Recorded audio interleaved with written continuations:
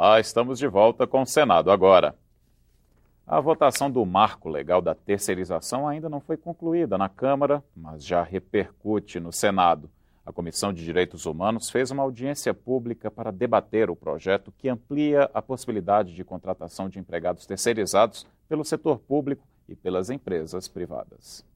Plenário lotado, 3 mesas de palestrantes e uma só opinião contra o projeto 4330 de 2004, que amplia a terceirização de serviços nas empresas privadas e estatais, inclusive permitindo que esses empregados sejam contratados para trabalhar na atividade principal da empresa. Vai se contratar uma empresa cujo objeto único e cuja especialidade é prestar serviços no segmento bancário. E aí o banco não vai ter nenhum empregado bancário, pelo menos não formalmente. Se permitirá que tenhamos escolas sem professores, contratando uma empresa especializada na prestação de serviços de ensino. E assim vai, os exemplos seriam inúmeros que poderíamos aqui mencionar. A terceirização na atividade meio foi uma reivindicação na década de 90 das empresas que queriam ser mais flexíveis com o seguinte argumento: terceirizar a atividade meio é uma forma de oferecer à empresa a possibilidade de dedicar seus recursos humanos e materiais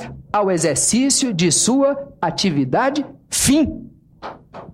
Ora, então por que agora o discurso se radicaliza no sentido de terceirizar a própria atividade fim? Sem falar ainda naquilo que nós enxergamos todos os dias, que é a burla ao concurso público, que foi estabelecido na Constituição da República, vinculado a uma cláusula de isonomia pelo critério de mérito no acesso a todos os cargos e empregos públicos brasileiros. Os participantes afirmaram que os salários dos terceirizados são mais baixos, que eles não têm os mesmos benefícios que os empregados formais e que são frequentemente vítimas de calotes dos empresários. Por isso, defendem que a empresa contratante seja responsável também pela garantia de direitos dos trabalhadores. Pela sistemática atual, o empregado terceirizado ele pode pedir judicialmente reconhecimento do vínculo empregatício diretamente com o tomador de serviço, a empresa contratante, e executá-la de forma solidária. Solidária, isto é, ele pode executar diretamente o tomador de serviço, o que facilita a execução, inclusive, do título judicial, o que é exatamente isso, nesse ponto, que o projeto de lei está inviabilizando com a possibilidade de terceirização. A Câmara dos Deputados aprovou na semana passada o texto base do projeto sobre as terceirizações. Os destaques e as emendas ainda vão ser votados nesta terça-feira. Os partidos que são contra a proposta vão tentar modificar o texto, inclusive no ponto mais polêmico, aquele que autoriza a terceirização na atividade fim das empresas. Se aprovado pelos deputados, o projeto vem para o Senado, onde o senador Paulo Paim pretende ampliar o debate e corrigir possíveis distorções. O Senado é a casa revisora, então senão não teria razão mais de existir o Senado. O Senado está aqui para isso. O Senado, percebendo que esse projeto prejudica milhões de trabalhadores, tem obrigação de rejeitar ou alterar ele de forma radical. As comissões de Assuntos Econômicos e de Infraestrutura vão ouvir o presidente do BNDES, Luciano Coutinho, em audiência pública nesta terça-feira. Os senadores devem cobrar explicações sobre negócios considerados arriscados feitos pelo banco, inclusive com empresas investigadas pela Operação Lava Jato da Polícia Federal. O requerimento é do senador Lazier Martins. Ele quer que Luciano Coutinho explique financiamentos concedidos pelo BNDES, que saltaram de 47 bilhões de reais em 2005 para 190 bilhões em 2013.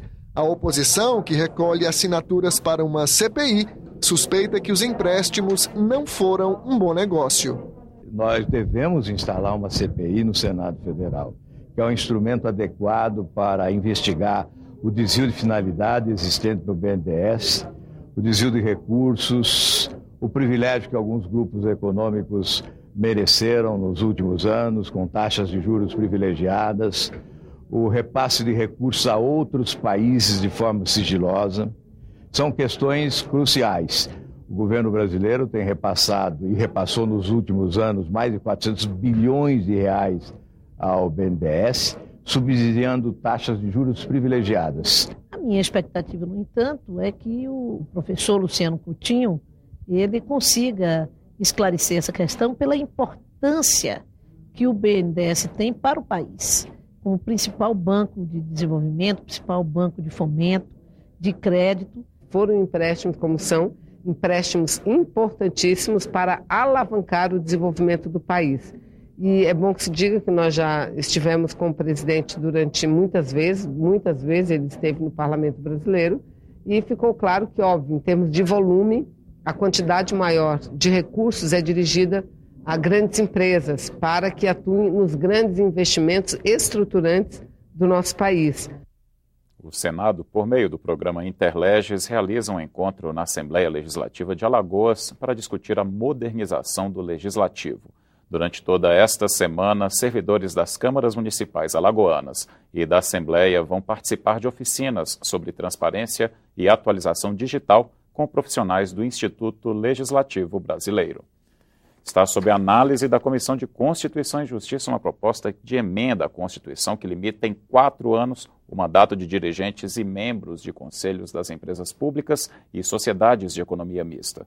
O texto também proíbe a recondução ou a participação em outro colegiado.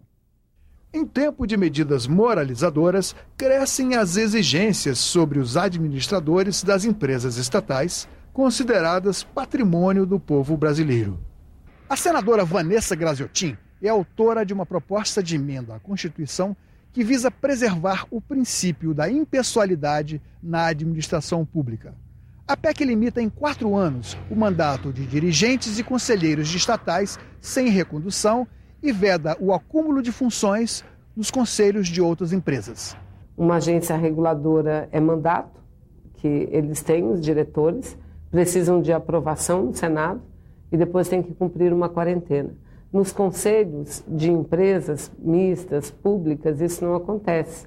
Tampouco na direção dessas empresas, nem se exige a quarentena e nem há um tempo máximo de permanência estipulado em lei. Foi quando eu tive a ideia de apresentar o projeto de emenda constitucional, limitando o período de permanência a 4 anos. Morreu nesse domingo, aos 90 anos, o ex-senador Paulo Brossard. O gaúcho teve atuação destacada no combate ao regime militar e na redemocratização do país. Filho de pecuaristas gaúchos, Paulo Brossard de Souza Pinto nasceu em Bagé, em 1924. Formado pela Faculdade de Direito de Porto Alegre, foi professor das Universidades Católica e Federal do Rio Grande do Sul. Foi deputado estadual, deputado federal e senador, sempre pelo MDB.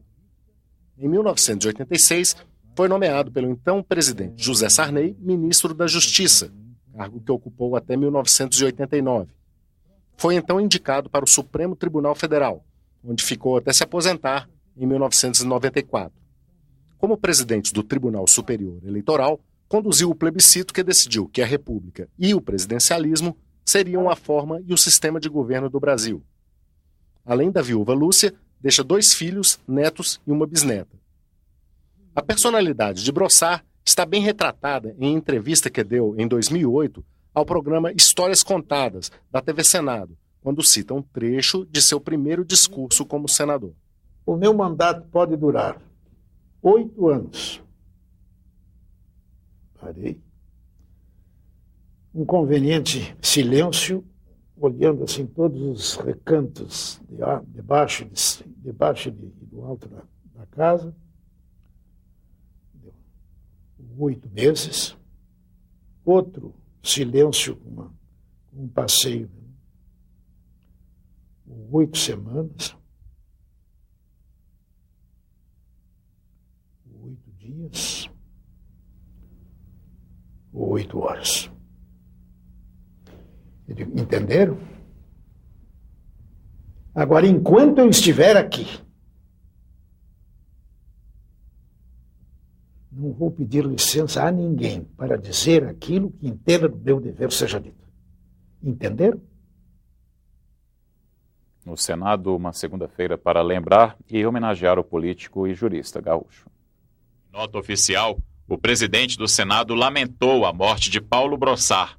um símbolo na luta pela redemocratização do país, de acordo com o texto. Renan Calheiros lembra que mesmo depois do pacote de abril, que fechou o Congresso Nacional, o parlamentar gaúcho mostrou sua resistência e se manteve firme contra a ditadura militar. A senadora Ana Amélia abriu a sessão plenária com a leitura de um texto do ex-presidente José Sarney, de quem Brossard foi amigo e companheiro de governo. Procurador-Geral da República, Ministro da Justiça e Ministro do Supremo Tribunal Federal. Neles, deixou a marca do jurista de grande conhecimento, guardada na jurisprudência do STF e no Ministério da Justiça, o notável político que foi a ponte a tecer as soluções controversas. Mas foi no Congresso que deixou sua marca do grande parlamentar, do grande orador.